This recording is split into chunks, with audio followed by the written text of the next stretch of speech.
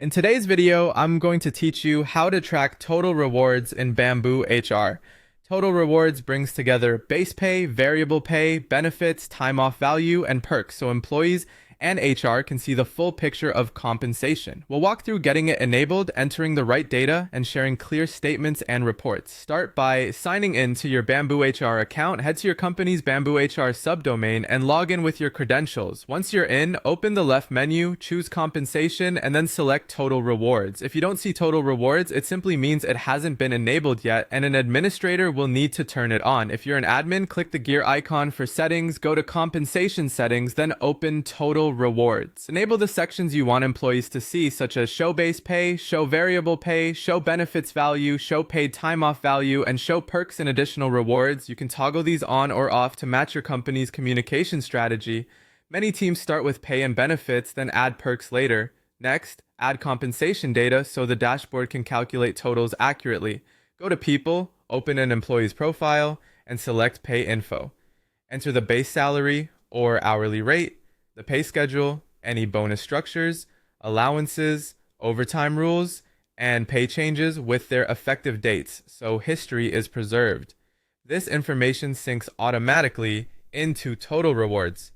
For a complete picture, add benefits costs. Open benefits and make sure each employee's employer-paid amounts are recorded, including health insurance, life insurance, dental or vision, retirement contributions, and any other employer-sponsored perks. Using the employer-paid portion keeps the statement consistent and comparable across employees. If your organization offers bonuses, commissions, or incentives, go to Compensation, then Variable Pay, and add the bonus amounts, commission structures, and performance-based rewards. These will roll up into the total rewards view. You can also capture non-financial rewards. In compensation settings, open additional rewards and add items like gym reimbursements, transportation or meal allowances, and flexible work benefits. Clear descriptions help employees understand the value.